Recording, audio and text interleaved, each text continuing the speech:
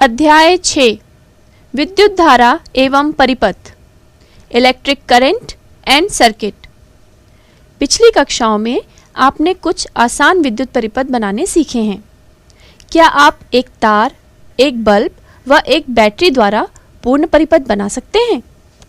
आप इन सभी को कितने प्रकार से जोड़कर दिखा सकते हैं? ध्यान रहे कि आपको तार का केवल एक ही संयुक्त टुकड़ा उपयोग में लेना है।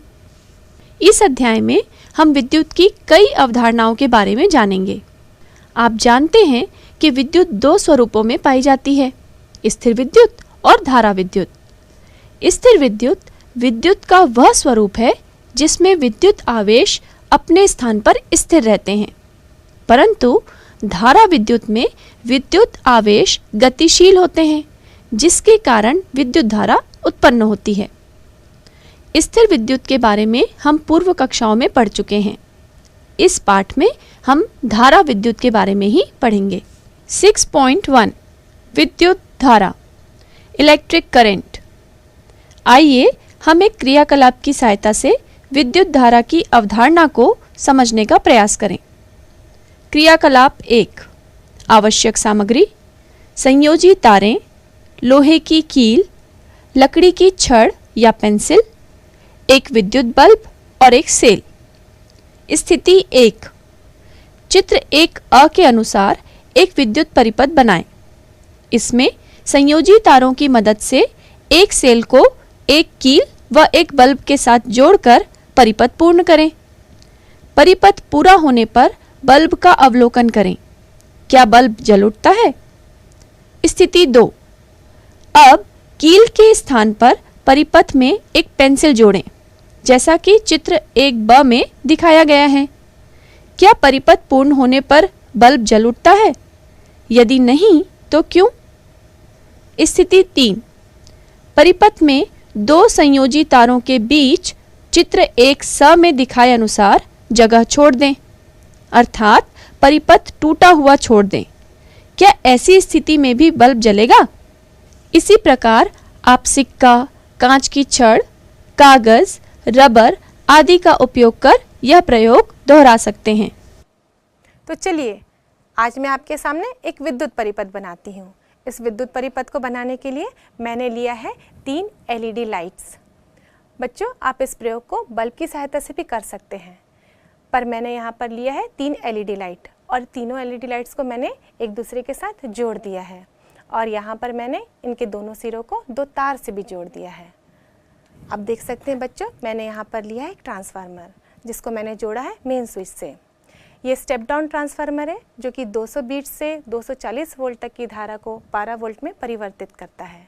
अब जैसे मैं इस ट्रांसफार्मर को इस LED के तार से जोड़ूंगी, ये LED बल्ब जलने लगेगी।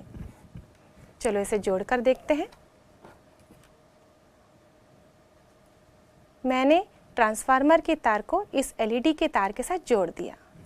अब मैं स्विच को ऑन करती हूँ। देखेंगे बच्चे, ये बल्ब जलने लगेगा। अरे ये क्या, स्विच ऑन करते हुए भी ये बल्ब नहीं जला?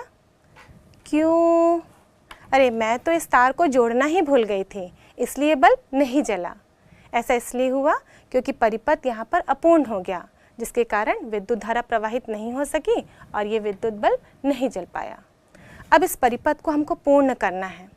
इसको पूर्ण करने के लिए हमारे पास यहाँ पर 2 चीज़ें हैं, एक पेंसिल और एक तांबे का टुकड़ा। तो हम लोग दोनों का इस्तेमाल करते हैं। जोड़ के देखते हैं ये विद्युत बल्ब जलेगा या नहीं। सबसे पहले मैंने इस पेंसिल के टुकड़े को इस तार में जोड़ा। जोड़ने पर भी ये विद्युत बल्ब नहीं जल रहा है। परिपथ तो पूर्ण नज़र आ रहा है बच्चों, लेकिन ये विद्युत बल्ब क्यों नहीं जल रहा? क्योंकि ये जो पेंसिल है इसका बाहरी हिस्सा लकड़ी का बना होता है और हम जानते हैं बच्चों कि लकड़ी विद्युत धारा की कुचालक होती है, जिसके कारण विद्युत परिपथ पूर्ण नहीं हो पा रहा और ये बल्ब नहीं जल पा रहा। चलिए अब हम इस तांबे के टुकड़े को इस तार में जोड़कर देखते हैं, क्या ये विद्युत परिपथ पूर्ण होगा? क्या ये बल्ब जलेगा? मैंने इसके एक हिस्से को, एक सिरे को ट्रांसफार्मर के तार के साथ जोड़ा और दूसरे हिस्से को मैं इस एलईडी से आने वाली तार के साथ जोड़कर देखती हूँ। अरे वाह बच्चों, देखो ये बल्ब बिल्कुल जलने लगा है। इसका मतलब इस तांबे के टुकड़े को लगाते ही ये परिपथ पूर्ण हो गया और इस परिपथ में धारा प्रवाहित होने लगी और ये बल्ब जलने लगा। तो हम कह सकते हैं कि विद्युत परिपथ को पूर्ण होने से ही धारा प्रवाहित होती है और विद्युत बल्ब जलता है। बच्चों, इस प्रयोग को करके आपको कैसा लगा? उम्मीद है मज़ा आया होगा। आप भी इस प्रयोग को ज़रूर करें, पर एक बात का ध्यान रखें, इस प्रयोग को कभी भी आप डायरेक्ट स्विच बोर्ड पे लगाकर ना करें, क्योंकि आपके घरों में और विद्यालयों में जो सप्लाई आती है वो 220 वोल्ट से 240 वोल्ट की होती है। हमने यहाँ पर एक स्टेप डाउन ट्रांसफार्मर का इस्तेमाल किया है और हमने धारा को 12 वोल्ट में परिवर्तित किया है। आप यदि इस प्रयोग को करेंगे तो आप 9 या 12 वोल्ट की बैटरी का इस्तेमाल करें, पर इस प्रयोग को करें ज़रूर, आपको ज़रूर मज़ा आएगा।